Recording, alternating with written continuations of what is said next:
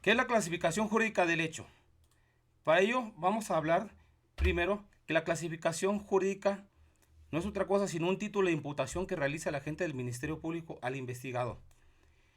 Mismo concepto que va muy de la mano con el hecho que la ley señala como delito, el cual referenciaré o explicaré en un video diverso donde hablaré del cuerpo del delito, los elementos del tipo penal.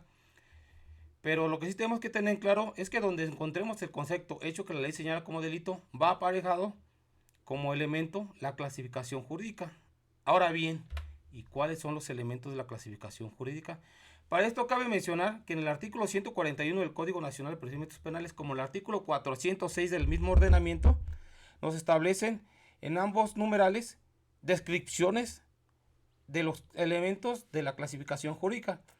Estos dos numerales son los únicos dos de todo el Código Nacional donde nos desglosan precisamente los elementos que competen a la clasificación jurídica, ya que en otros numerales vamos a encontrar que nos define o que nos habla de clasificación jurídica más no sus elementos. Para ello cabe mencionar que el artículo 141 es el artículo que nos habla de la forma de conducción del investigado a proceso, que es a través pues, de el citatorio, la comparecencia, la orden de aprehensión, mientras el 406 nos habla sobre la sentencia condenatoria. ¿Qué elementos están conformando precisamente a la clasificación jurídica? Pues genéricamente la mayoría conoce que la clasificación jurídica está compuesta por 4 elementos, pero en realidad puede estar compuesta por 5 elementos, depende del momento o de la acción que se esté realizando. En el 141, como el 406, nos dice que es el tipo penal que se atribuye. Ahorita iremos describiendo cada uno de estos elementos dogmáticos. El grado de ejecución del hecho, la forma de intervención, la naturaleza dolosa o culposa de la conducta. Y cuando analizamos el 406, aparte de estos 4 elementos, nos habla del grado de lesión o puesta en riesgo del bien jurídico tutelado. Obviamente es por la naturaleza ya y en el momento procesal en el que nos encontramos. Ahora, Rubén Quintino Cepeda, que es el autor y el creador de este concepto, en sus diversas obras, incluso en una obra donde se participa el doctor Camilo Constantino y el doctor Enrique Díaz Arandas, aparte agregan de estos 4 elementos, o aparte de lo que dice el 406, un elemento diverso que es la clase de concurso de delitos. Y bueno, a pesar de que el Código Nacional no los describe como el 141 y el 406, sí encontramos en el artículo 30 del mismo ordenamiento lo que le llaman acumulación de causas. En su fracción primera encontramos que nos habla precisamente que va a haber acumulación de causas penales cuando existan los diversos concursos que veremos más adelante. Y dentro de ese mismo artículo encontramos un párrafo donde nos habla que se tendrá que establecer la clasificación jurídica y la clase de concursos. Por lo tanto, podemos agregar, como podemos ver en las diversas obras de Rubén Quintino, que no nada más tendríamos que manejar, incluso para la formulación de imputación, la vinculación, el auto, perdón, la sentencia que se pueda dictar en el procedimiento abreviado o en el ordinario, estos 4 elementos, sino también la clase de concursos si correspondiera. Ahora, continuando con la descripción de los elementos que conforman la clasificación jurídica, el primero de ellos es el tipo penal que se atribuye, que es la descripción de la conducta que se establece conforme a las descripciones de los hechos que se investigan. Debemos para ello tener en cuenta entre el tipo penal y la tipicidad. En otras palabras, esto es lo que está mencionando es que no es otra cosa sino la descripción de la conducta dentro de los ordenamientos punitivos, ya sea Código Penal del Estado o Código Penal de la Federación, depende de su ámbito. Normalmente y genéricamente nosotros a veces conocemos a los tipos penales como delitos, aunque los que tenemos más noción de que es un delito sabemos que nos quedamos cortos, porque un delito es todo aquel que configura sus elementos conforme a la tipicidad, antijuricidad y culpabilidad.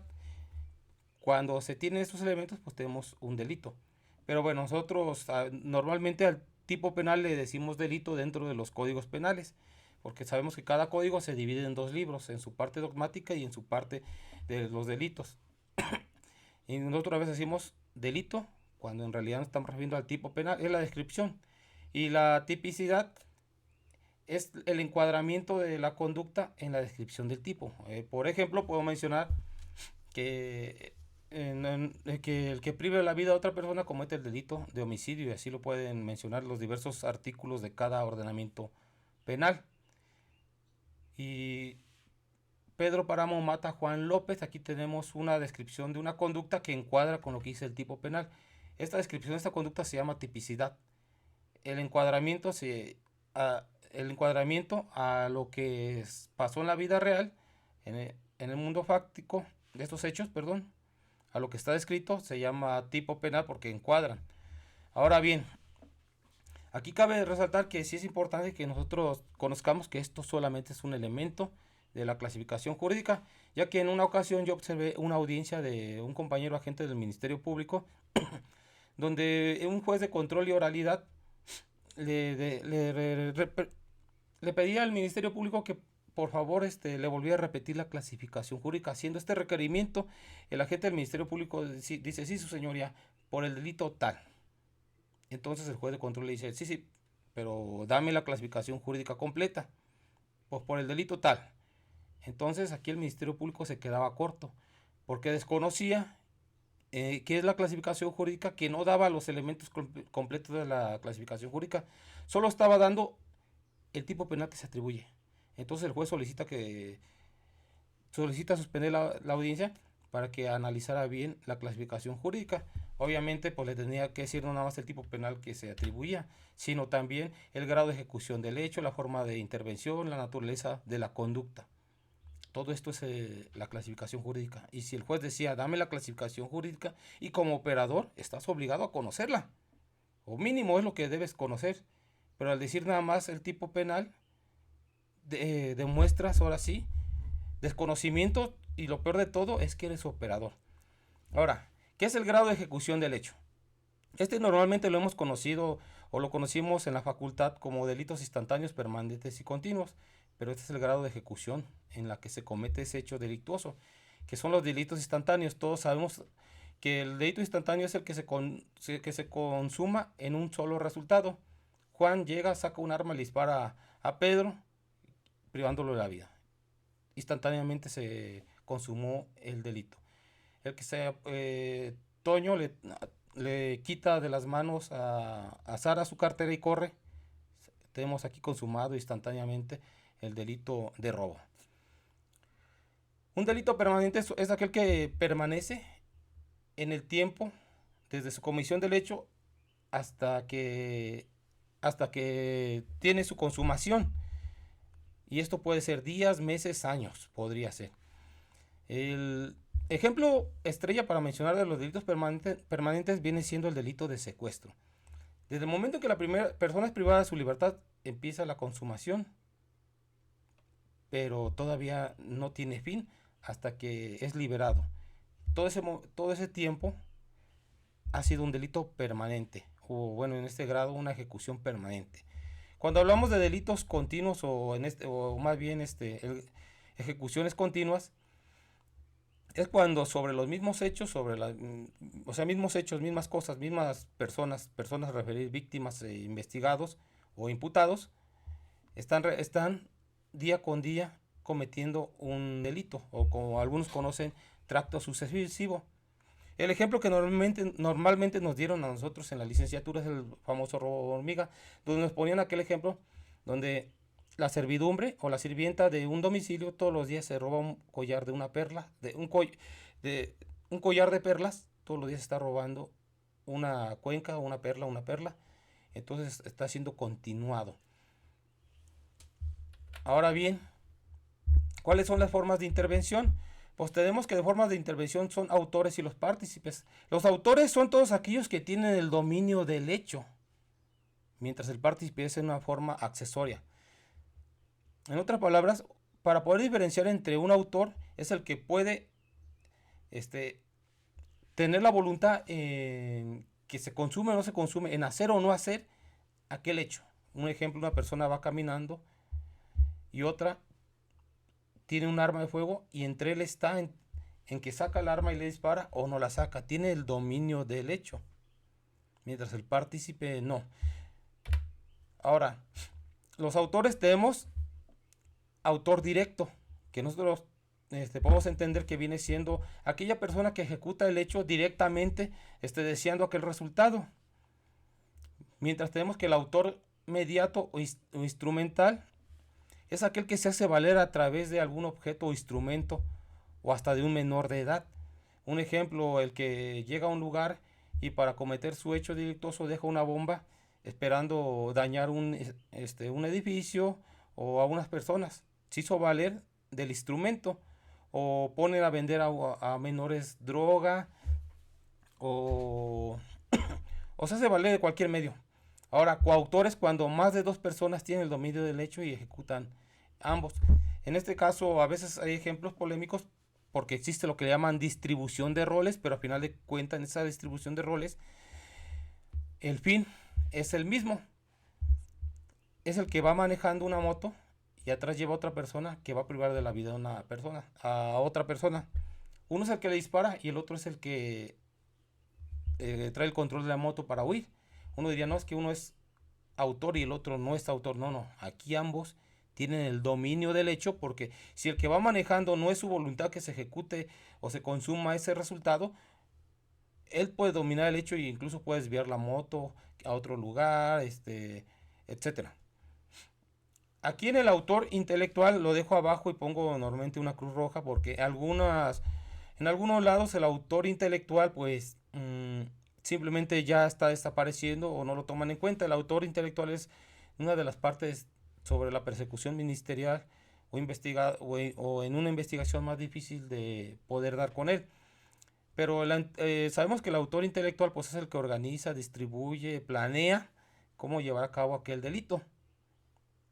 Ahora, las formas de participación tenemos por inducción. El que convence a otra persona para que lo cometa, el que dice mata a aquella persona porque aquel ha estado hablando mal de ti, es más, tu esposa te engaña con él, es una forma de inducir. Esta es una forma de participación. Sabemos que entre autoría y participación algunos códigos penales establecen penas más atenuadas para el partícipe que para el autor.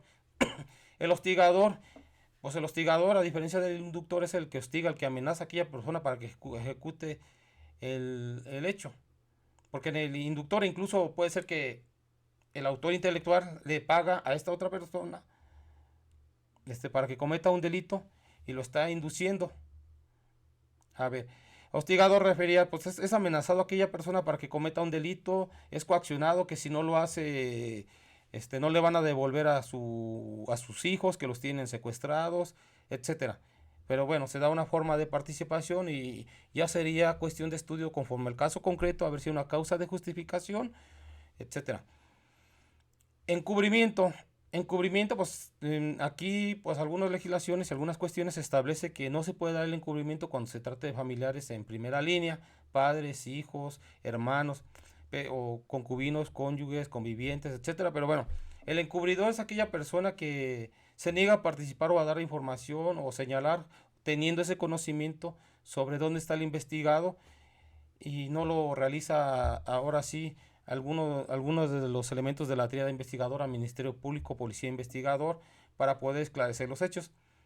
Podría darse el tema de precisamente el encubrimiento. Simplemente yo lo veo así que estoy citando algún testigo que sabemos fehacientemente, porque ya tenemos quizás hasta dos testigos que señalan que él estuvo en el lugar de los hechos y que incluso él conocía a la persona que cometió el homicidio. Y lo cito para ser entrevistado y no quiere ir, lo hago llegar con la fuerza pública para poder recabar su entrevista y aún así él se niega a dar su entrevista y lo estoy citando en calidad de testigo. Entonces aquí podría cambiarle yo la calidad a un partícipe encubridor. El cómplice, pues el cómplice es una gama un poquito más amplia, pero es el que apoya de diversas formas, simplemente el que le presta el arma para que vayan a ejecutar a otra persona, presta el vehículo para que se cometa ese hecho, o está o está en una esquina haciendo vigilancia para ver si vienen elementos o personas o alguien y poder, como dirían coloquialmente, dar el pitazo para que ahora sí los autores o el autor o coautores puedan sustraerse. La naturaleza dolosa o culposa de la conducta, bueno, tenemos que existe el dolo y la culpa. Entre los elementos de entre uno y otro es que en el dolo se tiene la intención, en la culpa no se tiene la intención. Y los elementos del dolo tenemos que es un elemento volitivo, o sea, de la voluntad, o cognitivo, o sea, que debe tener conocimiento, porque sabemos que las conductas son de acción o de omisión, y también existen aquellas en las cuales tienes una obligación y podemos tener la omisión por comisión. Ahora, en el dolo normalmente vamos a encontrar el dolo directo, el que directamente realiza sin apoyo y sin nada la ejecución del hecho, deseando ese resultado.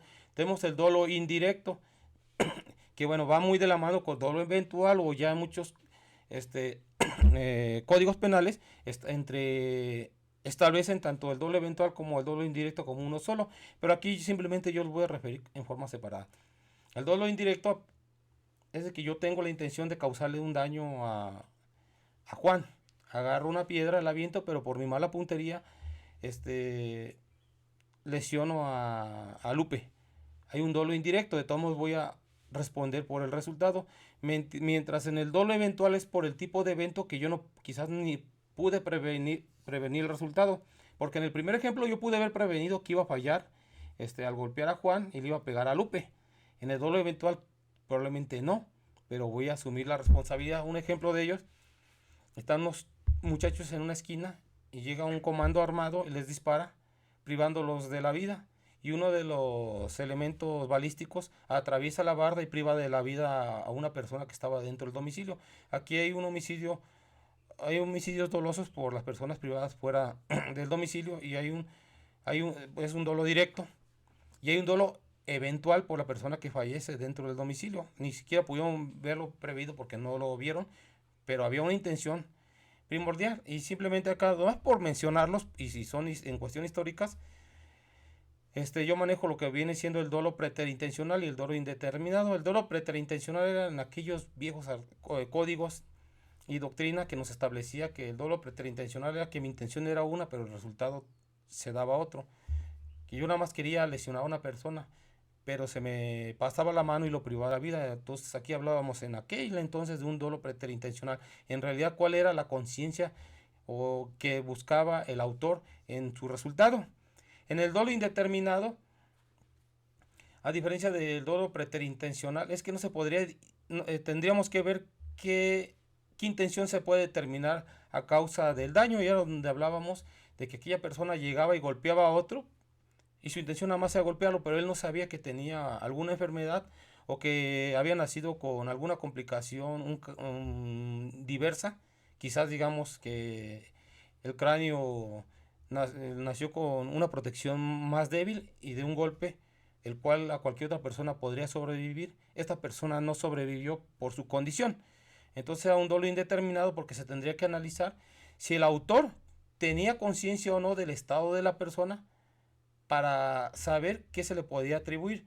Bueno, estos temas, pues ya, estos últimos dos dolos que menciono, pues ya nada más los menciono en cuestión catedrática. La culpa. ¿Qué significa la culpa? Significa que significa el quebrantamiento de un deber objetivo de cuidado. Que bueno, vamos a encontrar la culpa consciente o inconsciente, o sea, con representación o sin representación. Para ello tenemos que establecer que la culpa pues tiene sus presupuestos. Falta de previsibilidad, negligencia o imprudencia. La falta de predecibilidad, el ejemplo que a veces se da es que una persona va manejando y hay varios vehículos estacionados y sale un menor corriendo y no lo puede ver y lo atropella, ya sea causándole lesiones o alguna otra cuestión. Aquí una falta de previsibilidad. Él no podía prever que le iba a salir corriendo el niño. Ni siquiera lo podía ver porque estaban vehículos estacionados. El niño sale corriendo de la nada y por la distancia pues él no alcanzó a frenar para evitar el resultado. Ahora, falta de previsibilidad. Ahora, falta de pericia. La falta de pericia es que la persona va manejando el vehículo, ve que se le atraviesa a esta persona y precisamente por esa falta de pericia, en vez de pisar el freno, pisa el acelerador. También tenemos una cuestión de presupuesto de la culpa. Y la imprudencia es que él va manejando, va hablando por teléfono, va distraído y no ve. no ve a la persona que se atraviesa y pues, le causa ahora sí lesiones o homicidio por hecho de tránsito vehicular, terrestre, etcétera. ¿Cuándo puedo establecer consciente o inconsciente? Aquí el ejemplo que puedo establecer con representación o sin representación. Yo tengo un vehículo que sé que le están fallando los frenos. Para evitar que me cobre de más el mecánico al venir a atenderme a mi domicilio el vehículo o un remolque, yo me voy en el vehículo llevándolo al taller esperando que no suceda nada, pero resulta que se da un resultado. Yo sabía que el vehículo estaba mal, que le fallaban los frenos, entonces tengo una culpa consciente. Ahora, la culpa inconsciente es todo lo contrario. Traigo el vehículo, pero yo no sé que tiene una falla mecánica y en el momento pues no puedo frenar. Entonces, bueno, simplemente así genéricamente para hablar de estos elementos. ¿Cómo se estructura la clasificación jurídica? Estos 4 elementos que he mencionado normalmente los vamos a encontrar en alguna pauta o guión, depende del estado, porque la pauta o guión es aquella en la cual el agente del Ministerio Público, litigante o el pobivalente desglosa ahora sí dentro del guión o la pauta que va a manejar en la audiencia una clasificación jurídica. Como digo, esta es importante porque la vas a manejar para formular imputación, para solicitar orden de aprehensión, para vincular a proceso, para presentar una acusación, para en la sentencia solicitando una o estableciendo una sentencia condenatoria, ya sea en juicio en procedimiento abreviado o en un juicio ordinario, etcétera. Normalmente lo vas a encontrar así. Y bueno, aquí estoy manejando un pedazo de una pauta que he manejado en su momento. Ilícito homicidio calificado que se encuentra previsto y sancionado en los artículos 117, que son todos del Código Penal de aquí de Michoacán, 117 y 122 en relación con el artículo 135 fracción primera, inciso B, así como los ordinarios 16 delito de acción, 19 fracción primera, delitos instantáneos, 20 fracción primera, delito doloso y 24 fracción segunda, los que lo realizan por sí, todos ellos del Código Penal del Estado de Michoacán vigente. Aquí tenemos cómo se está manejando. Pero cómo lo maneja Faustino Guerrero, Camilo Constantino, etcétera. Ellos lo hacen más fluido y lo hacen más dinámico. Porque yo aquí tendría que explicar que, pues bueno, el artículo 117 es el que me habla del tipo penal de homicidio. El 122 es el que me habla, ahora sí, la penalidad y el aumento de un tipo penal de homicidio agravado, calificado, perdón. Y en el 135 me habla sobre las circunstancias calificativas del delito. En este caso, la fracción primera nos habla de ventaja y el inciso B cuando el sujeto activo es superior en armas. Y Rubén Quintino lo manejaría de otra forma. Él diría que es homicidio calificado consumado instantáneamente por el autor directo de una comisión dolosa, realizándolo por sí. Más o menos así lo manejaría. O quizás sería poniéndole la circunstancia calificativa. Homicidio calificado, realizado con ventaja por ser superior en armas, consumado en forma instantánea en una comisión dolosa por autor directo, que más o menos así lo maneja. Bueno, él lo maneja más cantadito y más fluido, cosa que muy poco lo van a escuchar en algún operador, porque normalmente lo va a hacer de la forma en que lo estoy plasmando en la pantalla, la clasificación jurídica. Quienes piensan, siendo ministerios públicos, asesores victimales o hasta defensores, quienes piensan que no manejan clasificación jurídica, quizás ahorita que les proyecté la lámina anterior van a decir, pues sí la manejamos. O bueno, sí me he dado cuenta que la manejamos, pero no había sido un poco más consciente de cómo la estamos utilizando. Ahora, el grado de lesión o puesta en riesgo del bien jurídico. Ahora ya estamos hablando del otro elemento del que encontramos en el artículo 406. Ahora, el grado de lesión o bien jurídico se refiere al daño afectivo que ha sufrido el bien jurídico. Ahora sí, son aquellos delitos de resultado. Así los hemos conocido a veces en la teoría, delitos de resultado. O sea, esa es la lesividad. El ejemplo que normalmente se pone en estos son en aquellos de lesiones. Porque anteriormente en algunos códigos, y quizás todavía lo encontramos en códigos actuales, hablamos de lesiones levísimas, leves, graves y gravísimas. Que aquí en el estado de Michoacán, en el artículo 125, simplemente vamos a encontrar delitos de fracción primera, fracción segunda, tercera, cuarta. Pero simplemente hace referencia a la lesión del bien jurídico tutelado que recibió. Igual en los daños, igual en un fraude, conforme al monto de lo robado, de lo defraudado, etcétera. Vamos a ver el grado de lesividad. Se tendrá que manejar aquí cuál es el grado de afectación, mientras los de puesta en riesgo del bien jurídico se refiere a situaciones donde, aunque no se haya producido un daño concreto, exista una probabilidad significativa de que el bien jurídico se afectó. Ejemplo de esto pues son las tentativas de homicidio, las tentativas del tipo penal que ustedes gusten y quieran. A veces yo escucho compañeros sin conocer el tema dogmático que dicen, bueno, es que le disparó, pero no tenemos certificado de lesiones. No podemos acreditar que fue una tentativa de homicidio. Yo digo, caray, ¿cómo no? Es un tipo, aquí es una puesta en peligro del bien jurídico tutelado, que en este caso es la vida o la salud. Pero si le disparan, hay que ver, ahora sí, la forma de puesta en peligro, porque nosotros tenemos la tentativa acabada, inacabada y la putativo inexistente. De putativo inexistente, pues no voy a hablar de ella para no hacer tanto tiempo en este video. Pero el ejemplo, una persona va manejando una moto y otro saca un arma y le dispara. Del ruido, el de la moto se tambalea y se cae. Y el sujeto activo piensa que consumó su resultado. Sin en cambio hierra en el mismo. Aquí tendríamos una tentativa acabada. O simplemente en este sí va a causar una afectación. Le dispara 8 disparos de arma de fuego, a la redundancia, causándole lesiones. Y va a decir quién vive o quién sobrevive a 8 disparos de arma de fuego. Resulta que sobrevive. Tenemos una tentativa inacabada.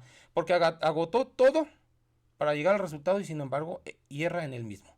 Mientras esa es la tentativa acabada. Mientras en la tentativa inacabada, nosotros vamos a encontrar que ahora sí, por una fuerza exterior no se comete el resultado. Saca un arma de fuego y tiembla, alguien le mueve el brazo, o la mala puntería, porque eso es lo externo, no llega al resultado. Aquí Camilo Constantino, Rubén Quintino nos habla de desistimiento,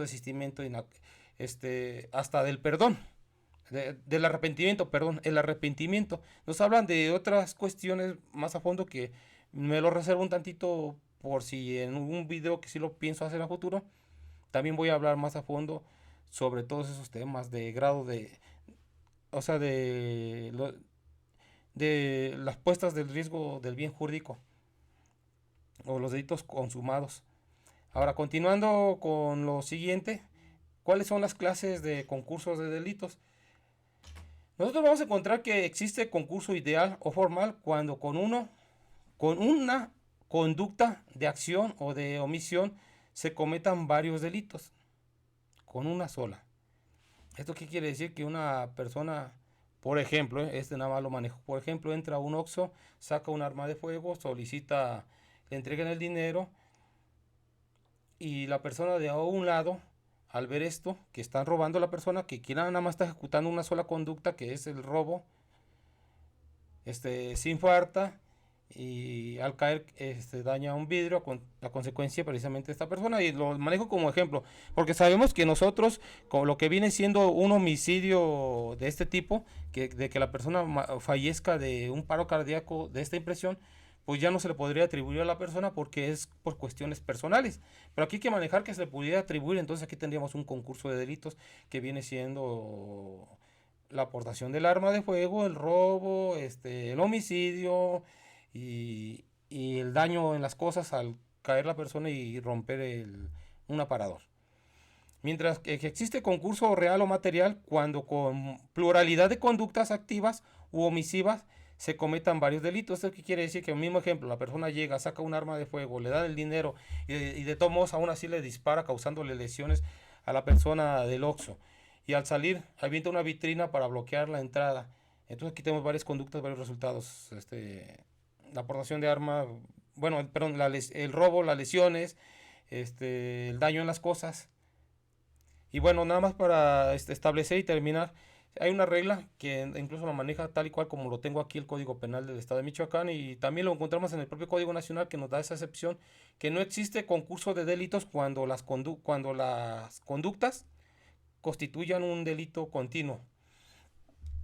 En sí, esto viene siendo los elementos de la clasificación jurídica del delito o clasificación jurídica del hecho como se establece. Espero que, bueno, sea de su utilidad y muchas gracias.